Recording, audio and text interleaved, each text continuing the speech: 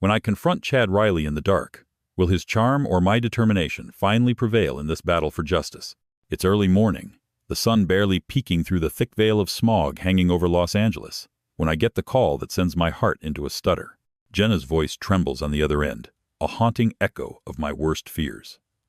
"They're not finishing the building, Lisa. It's all gone. All of it." The words crash around me, making the walls of my thrifted studio feel like they're closing in. Not long ago, the glossy brochures boasting luxury amenities and glittering visuals sparked dreams of a better life, but now they felt like the remnants of a cruel joke.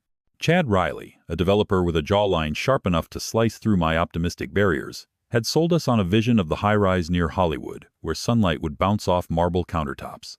I can still hear his smooth pitch. "This is an investment in your future, Lisa," he'd said, his devil may-care smile masking a darker reality I should have seen. How could I have been so blind, so foolish? I glance at the skeletal remains of our soon-to-be home outside my window, a gaping reminder of lost dreams hanging in the air like the very smog blocking the sun. In those early days, when we placed our down payment and signed on that dotted line, everything felt perfect. The excitement buzzing around our little family was intoxicating.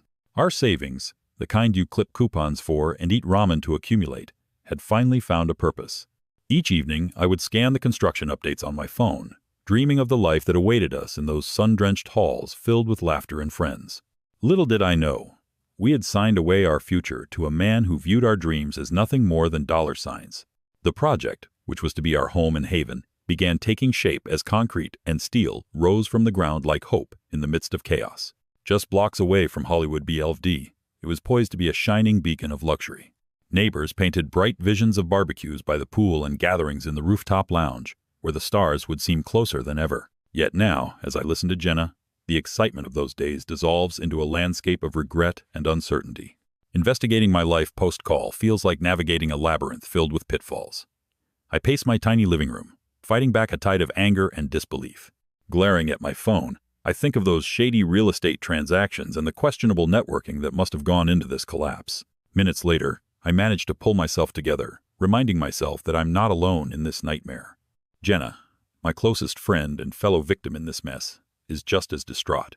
Before I can make sense of anything, Jenna shares the horror stories of others like us, families lured in by the promise of a glimmering future. They had all placed their trust and money into Chad Reilly's hands, only to find the dream slipping through their fingers like sand.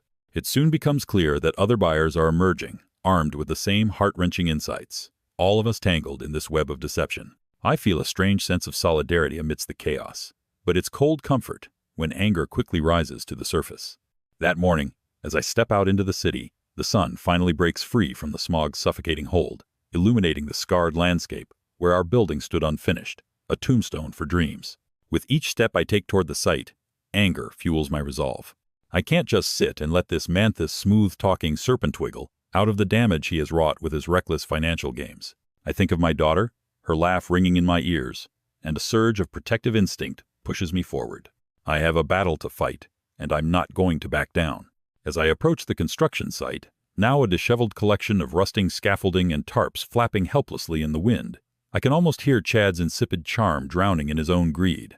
His careless financing decisions, not just affecting me, but dozens of families, shattered our dreams without a shred of remorse. Instead of luxury apartments, we were left with a ghost town of broken promises and lost hope. The wreckage whispers bitter truths about the vulnerabilities of naive dreamers in a bustling metropolis filled with deceit. As the site looms over me like a specter, I feel an itch of determination swell within.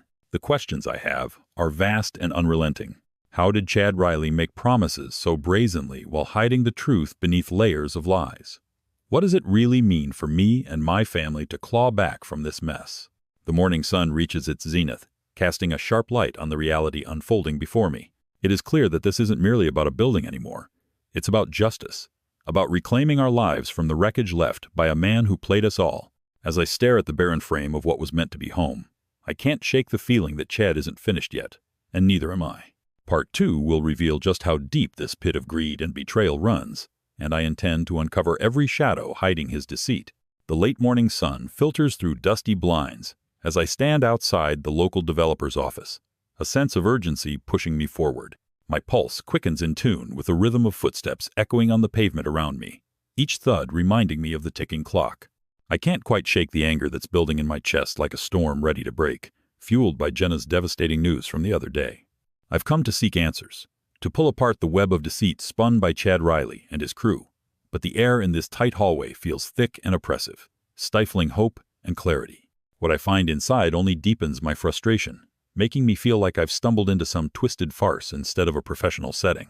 As I step across the threshold, I am met by Chad's doppelganger man, with an overgelled hairstyle and a tailored suit that screams privilege. His name slips through my mind like a fish escaping a hook. Miles, I think it is. The moment our eyes lock, I can decipher that smirk curling at the corners of his mouth. It's the embodiment of ignorance masquerading as confidence. I brace myself, determined to voice my concerns, but am met only with dismissive gestures and condescending nods.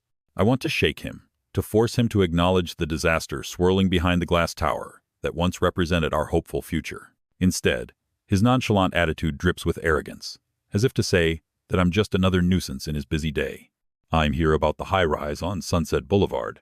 I manage, trying to keep my voice steady. Certainly, but there's nothing we can do. It's just unfortunate circumstances, you know, he replies, waving a hand as if to shoo away the very history we've been a part of. What kind of unfeeling monster could downplay the devastation? Each syllable irks me, and I can feel my resolve strengthening, like I'm gathering an armor of indignation around me. I could see myself challenging him, but then it hits me. Behind his facade of aloofness, there lies an entire empire of lies. As he begins to drone on about upcoming projects, I tune out the empty jargon. Instead, my ears perk up when I overhear two other employees whispering in the corner, their tone shifting to something darker. Did you hear about Frank? He's been taking money under the table to approve all of Chad's projects. It's getting messy, and the city could come down on them any day now. Each word sends a rush of adrenaline through me, connections forming in my mind like constellations lighting up the night sky. How did I not put it together before? This was no simple case of bad luck. This was a monster built on power and corruption. I can see the trail of hidden agendas stretching back through time, each piece leading further into the murky underbelly of city politics. Frank Abbott, the city official, practically an accomplice. How many blindsides had been tossed our way while we were busy dreaming about brunch on rooftop gardens? The audacity! My heart races as I realize how intertwined our lives had become with Chad and his shady dealings. Where once I felt beaten down, I now feel an electric charge zapping through me, electrifying my determination. The more I ponder it, the more anger ignites within. I remember the moment during the initial presentation when Chad spoke with such charm, weaving a thick tapestry of luxury living before our eyes. How could I have let myself be hoodwinked by those honeyed words? Clenching my fists, I remind myself that I am not just a victim. I'm a woman armed with newfound knowledge and a communal desire for justice. I may be standing here feeling like a pawn in their game, but I can turn the tide. Determined to turn impotent rage into momentum, I leave the office with newfound resolve radiating from my core. I can't be the only one who heard those whispers. I will reach out to the other Family Me allies in the fight ahead. I need to connect the pieces of this puzzle to expose Chad's deception before it completely envelops us all. With every step, I imagine paving a path through the murky waters of betrayal, dragging Chad and his empire of lies into the light.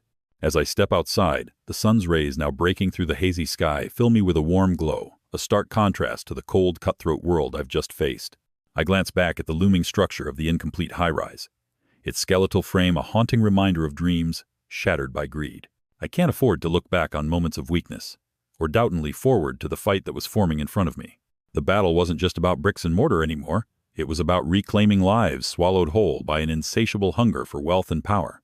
Even as I strategize my next moves, I know that the stakes are higher now than they've ever been. I can't fully grasp the depth of what I'll uncover, but I can feel it coursing through my veins like a promise.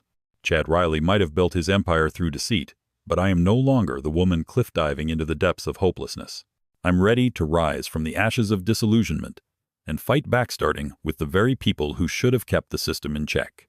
With each passing moment, I become more resolved to unravel this sinister plot, firmly convinced that change is not just possible, it's indispensable. The soft glow of fluorescent lights strung along the walls of the community center seems to dim as I step inside, casting shadows that mirror the heaviness weighing on my heart. It's early evening, and the air is buzzing with tension as families huddle together, sharing hushed whispers of betrayal and despair. I take a deep breath, reminding myself why I'm here, and glance around the room, feeling the collective heartbreak enveloping us. What was supposed to be a haven filled with laughter and love has become a battleground for survival. And tonight, we are armed with the shrapnel of broken dreams. As I take a seat in the circle formed by weary bodies, something inside me stirs at the sight of fellow victims. Each face tells a story of lost hopes and shattered dreams, our shared fate binding us together in this grim tapestry of bitterness. One voice rises above the rest: Anna, a mother who looks as if the weight of the world is resting on her narrow shoulders, trembling as she begins to recount how she invested her family's entire savings into Chad's high-rise. Her words spill forth like a dam breaking. They hit me hard, igniting a simmering anger within me, as she reveals the depths of her vulnerability. Everything we had, it's all gone. We thought we were securing a future. She breaks down, and her sobs resonate with the despair painted on each of our faces. I can feel my own tears threaten to spill over, but I refuse to surrender to the grief.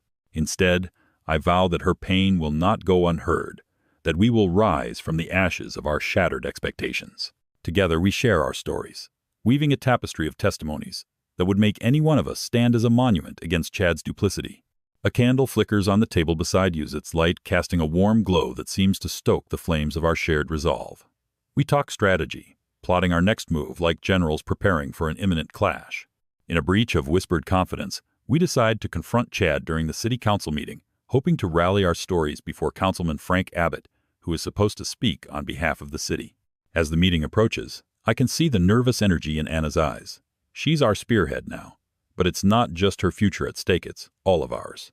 The day of the council meeting arrives, and the unwelcome heat of midday sunlight makes my palms sweaty as I clutch the flyer advertising our community action meeting for dear life. The hall is adorned with the same polished tiles and bureaucratic charm that once lured us in. I scan the crowded room, my stomach churning with anticipation. Surely they can't ignore us.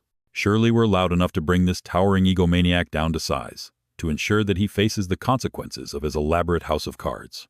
Just as I settle into my seat, Chad saunters in through the dual doors, exuding an insufferable charm that practically drips off his words as he takes the stage. My heart plummets. He's dressed in a crisp suit that glistens with success, and he smiles down at the crowd, his voice reverberating through the room like a practiced orator's. Ladies and gents, let's talk about growth, opportunity, and dazzling developments. My blood boils with each statement treeing up in his convoluted legalese, shielding the truth behind his glossy facade. I glance around. Anger flares in my chest as I see a few members of our group visibly wilting beneath Chad's charm. I want to scream, to shake them awake, to remind everyone that he embodies the very threat haunting our lives. I begin to rise, my instincts urging me to rally our group against this shimmering front, yet the noise of his eloquent, yet ultimately empty, rhetoric drowns out the whispers bubbling to the surface. Suddenly, I'm pulled into the moment, as one of our group members stands, stammering, ready to unearth our collective truth. But Chad immediately spins a web of distraction, effortlessly brushing aside any attempts to break through. The anger Sergesto see our plights belittled, as if we were mere footnotes, in his grand narrative, eats away at me. With my heart pounding, I grip the flyer harder, hoping that the words printed on it might somehow miraculously take flight, igniting a chant that will drown his lies in a chorus of justice. The sense of hopelessness rises within me like smoke from a dying fire. What is it going to take to pierce through the gilded veil that Chad has woven? As the minutes wear on, I ponder a new resolution brewing inside of me, a determination to reveal his true self, break through the smokescreen of pretension he's obscuring our vision with. Failure cannot be an option. Through the darkness of this encounter, I can feel the flicker of hope dancing at the edge of our struggle, tantalizingly close if we can just find our voices anew. I know this will not be the end. It's merely the beginning of our fight against Chad and his monstrous dealings. The resolve starts to form not just in me, but in everyone gathered. If this moment is lost, what hope will we have left? Chad's tilted smile taunts from the podium as the meeting drags on, but I know in my heart we will soon face a reckoning he cannot charm away. The promise of justice hangs precariously in the air, ready to ignite a wildfire that would burn through his corrupt empire. But first, we have to find our footing. The time for whispered fears is over. It is time to raise our voices and demand the truth. With the fearlessness of an ocean tide pulling back and gathering strength for another surge, I leave the meeting more determined than ever. Our fight isn't over. It's only just begun. The sun was just beginning to set, casting long shadows over the crumbling skeleton of what was supposed to be our dream home. The orange hues reflected off the unfinished concrete, a haunting reminder of promises made and lives upended. Anger bubbled within me, fueled not only by grief, but a desperate need to uncover the truth buried beneath Chad's enticing facade. I had a feeling that the answers lay within the twisted web of financial deceit that he spun at our expense. Determined, I told myself it was time to dig deeper. I spent hours poring over public records and city permits, unraveling Chad Reilly's tangled financing scheme with a meticulousness that lent me focus while tethering me to an emotional abyss. It became clear that this was more than an ill-timed financial calamity. Chad's operation was built on shaky ground from the very start. Even the banks had hesitated, and I found evidence that the project had essentially been condemned before a single brick was laid. My heart twisted as each revelation shone a light on the malevolence that had entwined our lives. Once I had this information, I felt an electrifying sense of urgency coursing through me. Afghan rugs hung on the walls of my apartment like dusty shrouds, suffocating my determination. I knew I had to approach my neighbors, my fellow victims, to craft a united front against this man whose charm belied his ruthless nature. It was time to meet with Anna and the others, and to organize our knowledge. Just as I was feeling fortified by my discoveries, a chill washed over me one afternoon while I was recounting my findings in the community center. I heard him. Chad had come in through the back entrance of the building, and his laughter could slice through steel. I silently cursed myself for letting my guard down as I peeked through the glass door at him standing confidently, flanked by two young men in sharp suits. The bright environment felt stifling as his icy gaze drifted through the room, and I felt a cold wave of foreboding wash over me. Chad stepped forward, his voice smooth and dripping with false sincerity as he addressed everyone in the room with a practiced ease. "Ladies and gentlemen," his charm filled the air. "Let's not dwell on our unfortunate hiccups. Real progress takes time, and I assure you, the Hollywood high-rise is going to be a beacon of opportunity for us all." How could he say those words with such confidence? They were hollow, and I felt my blood boil as whispers of discontent stirred the crowd. I couldn't remain passive any longer. My breath caught in my throat as I prepared to rise and confront him. But my resolve faltered when I noticed the worn expressions of my neighbors softening under Chad's onslaught of charisma. Desperation clawed at me. Just as I thought we would finally expose his charade, he cut off the murmurs, effortlessly spinning tales that ignored the reality of our struggle. Instinctively, I reached for my phone, and my fingers trembled as I typed out a message to Anna. "We need to meet. Chad knows we're onto him." The urgency simmered in my chest while anxiety twisted my stomach in knots. I couldn't let this man take away any more from us than he already had. Yet, the fear of what he might do next wrapped like a noose around my courage as I pushed back against the intimidating swell of doubt. Days later, my search for proof led me down a daunting rabbit hole, an investigation carried out amidst the shadows of the high-rise's wreckage. I uncovered more documents revealing discrepancies in Chad's financial disclosures and a web of deceit linking him to several failed projects across the city. I could almost feel the weight of those records pulling me down, threatening to suffocate me with their implications. Just as I was piecing together a cohesive narrative of fraud, I sensed I was not alone. He approached with a predatory grace, gliding closer as I scurried through the construction zone. "You're quite the curious little pest, aren't you, Lisa?"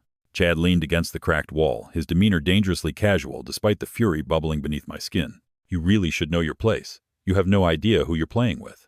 His words dripped menace, sending chills down my spine, while a mocking smile played at his lips. In that moment, my heart faltered for a fraction of a second. Was he truly this untouchable? But instead of cowering, something fierce ignited within me, a defiance that surged alongside my blood. Chad's calculated threats would not deter me. I couldn't afford for my resolve to crumble. With a newfound determination, I vowed to expose him and his treachery once and for all. The stakes had never been higher, and as I marched away from him, the growing bond with my fellow victims bolstered my bravery. We were united now, and no longer would I allow Chad to toy with our lives like marionettes, woven into his sordid game. The sun dipped low in the sky, casting an eerie orange glow over the skeletal remains of the high-rise that had once promised luxury and hope. As we stood outside the construction site, a collective grief washed over us. Families like ours had poured every hard-earned dollar into this dream, believing that the glossy offers from Chad Reilly were solid gold. Instead, we found ourselves grappling with the bitter truth that our dreams lay shattered among the twisted steel and concrete. Our down payments, once thought to be investments in our futures, had vanished without a trace, swallowed by the abyss of Chad's reckless financing. The more I spoke with my neighbors, the more I realized we weren't alone in our despair. Soon enough, we were no longer just individuals united by loss. We became a force, a coalition of tenants, trapped by a man who charmed his way into our wallets. In our quest for justice, my phone buzzed incessantly, an unending stream of warnings from fearful families still facing off against Chad's sophisticated maneuvers. Phone calls filled with trembling voices echoed in my ears, each one driving home the fear that consumed us. The city council, our supposed allies, tried to brush us aside like pesky flies, uninterested in the life-altering grievances we'd laid out before them. Fueled by despair and a growing sense of urgency, we organized a protest outside the half-finished tower, holding signs that screamed for justice and accountability. The air was electric, charged with rage and determination, as passers-by gawked at the sight of us standing firm in our anguish.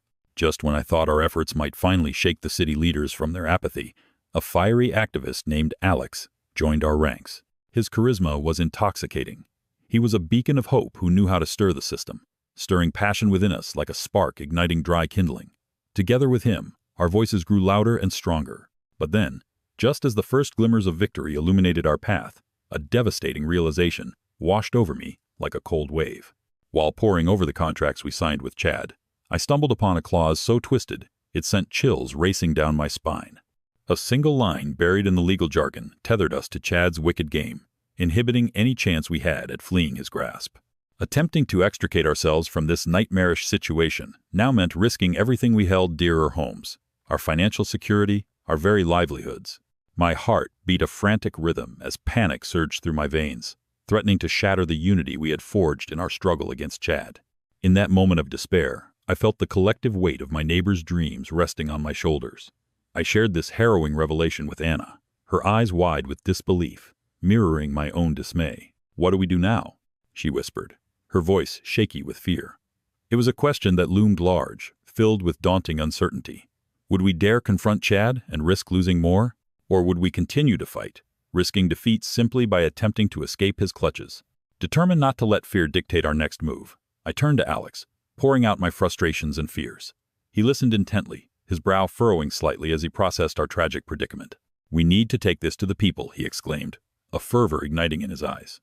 "If we rally more victims, we can create a spectacle that forces them to listen. But we need proof, something that will expose Chad for who he truly is." The fire in his voice was infectious, igniting a glimmer of hope within me. Together, we rallied our fellow victims, calling for a meeting to strategize our next steps and gather evidence to confront Chad head-on. As the days passed, I dove headfirst into researching Chad's past, my mind racing with possibilities of uncovering evidence that would betray his unscrupulous dealings. Each document I skimmed felt like a lifeline, a clue that could possibly tip the scales in our favor. I uncovered hints of his previous shady ventures, whispers of a developer who had slipped through the cracks of the law over and over again. But with that knowledge came a growing sense of trespass. Could I truly bring this man down? Just when I thought I was gathering strength, doubt crept in, whispering fears that I may be unable to protect my family. Reinvigorated by my commitment and driven by a newfound intensity, I returned to the construction site one evening to gather materials and evidence for our case against Chad. Standing amid the rusted beams and broken concrete, I couldn't shake the sense of foreboding that wrapped around me like a suffocating blanket. The ghostly silence left me feeling vulnerable, and for a moment, I second-guessed my decision to confront Chad openly. As my heart pounded, I took a deep breath and steeled myself. The fate of not just our homes, but also our lives depended on this. This was not just a battle for justice, but a war against a villain who thrived on the misfortune of others. With renewed vigor and my neighbors at my side, we prepared to confront this looming giant of deception. I glanced once more at the half-finished tower that should have been our sanctuary, and a fire ignited in my chest. Together, we would not only stand firm, we would push for justice, no matter the consequences. Our struggle against Chad Reilly may be fraught with uncertainty, but one thing was clear. We owed it to ourselves to fight back. Tomorrow marked a new dawn, one where we would unshackle ourselves from this web of deceit if we risked everything in the process. I stand on the brink of despair, trapped and unable to escape. The chill of the night creeps into my bones, almost as cold as the reality of our situation. It's now or never. My heart races like a beating drum as I stealthily approach the abandoned high-rise construction site. The moonlight catches on the shards of broken glass scattered across the gravel, illuminating the skeleton of what was supposed to be our new home. With each step forward, I remind myself that we cannot let Chad Reilly's shady dealings claim our dreams. We have to find evidence of his corruption. Inside the dim expanse of the construction site, shadows stretch ominously along the twisted steel beams, and the scent of damp concrete floods my senses. I navigate the labyrinth of unfinished hallways, my heart pounding in my chest like a warning bell. In this eerie silence, I uncover crates of documents buried beneath the debris, each one representing shattered promises and unfulfilled dreams. I finally feel a spark of hope lingering through the despair. Maybe, just maybe, guiding it could shine a light on the corruption plaguing Chad and Frank. As I sift through the legal documents and construction plans, I begin to piece together a web of deceit that Chad spun around us, luring us into a mirage he created with smoke and mirrors. Loan documentation reveals staggering amounts of misappropriated funds, approvals granted through untraceable connections, and hints of hush money that make my stomach churn. The truth slaps me like a cold wave. If I can secure copies of these documents, we might have leverage against the man who robbed us of our future. But just as I'm about to escape with this treasure trove of evidence, the echo of footsteps sends a jolt of terror down my spine. I freeze, my breath hitching in my throat as darkness engulfs me. Time seems to crawl as I whirl around, and there he is, Chad Reilly, stepping into the shafts of moonlight, his smirk reminiscent of the charmer who wooed us into trusting him from the start. My heart races as he lowers the dim glow of his phone, illuminating an old photo of me on the day I signed the fateful paperwork. My skin prickles with dread. "Look at you, so optimistic, so naive," he taunts, the words rolling off his tongue like venom. In that moment, it's as if he's peeled away the layers of time, exposing my vulnerability for all to see. "Did you really think you could just swoop in here and take down a man like me?" His arrogance is suffocating, a choking haze of disbelief. It's not just the words, but the confidence laced within them that sends shivers down my spine. What does he plan to do next? "You think those papers hold any merit?" Chad continues, menace glinting in his eyes. "There's a reason I'm still walking free, and you're out here playing detective in the dark. You had your chance to back out, but now you swim in debts way over your head." With each syllable, my resolve wavers, clear as the fight drains from my shoulders. How can I topple such a powerful figure when he possesses resources that make me feel so utterly insignificant? Chad takes a slow step forward, the silent threat crackling in the air as he leans in just enough for me to feel the heat radiate from him. "We can put our resources to good use, you know. A little cooperation could go a long way." His tone drips with false camaraderie, a sickening pretense that slices through the already taut atmosphere. My blood runs cold at the implications. Embedded in his sly words, what could he have in mind? And what horrors lurk within his twisted deals? Panic surges through me, and for a moment, I think about how easy it would be to capitulate, to slide back into the shadows of my prior life. But then I remember my neighbors, the families whose trust was shattered, and the dreams that tumbled down with the facade of this high-rise. No matter the terror lingering over me like a fading echo, I can't retreat. My neighbors depend on me to stand firm and to fight. Taking a deep breath, I finally gather the courage to speak, my heart thundering in my chest. "You may think you're untouchable, but this isn't over, Chad. You may have money, but you lack the conviction to take responsibility." The words taste bitter on my tongue, yet somehow they grant me a bit of strength. Despite the tremor in my voice, the flame of rebellion flickers brighter within me, pushing back against the fear he instigates. Chad's expression narrows, and I can see the flash of anger simmering behind his charming facades, a face that's growing harder to maintain. His eyes shimmer with a dark threat that feels like a knife's edge. "You should consider your next move carefully, Lisa, because the repercussions could be devastating. Don't blame me for the truths you're not ready to face." As he steps back into the dark, the weight of his message lingers in the air. With my heart pounding, I bolt for the exit, clutching the documents to my chest like a lifeline, as his words ricochet within me. I cannot let fear conquer. This is my chance to expose the man who thought he could crush our dreams without consequence. As I slip back into the safety of the night, I know this battle is far from over. Tomorrow, the fight would reach higher stakes than I ever imagined.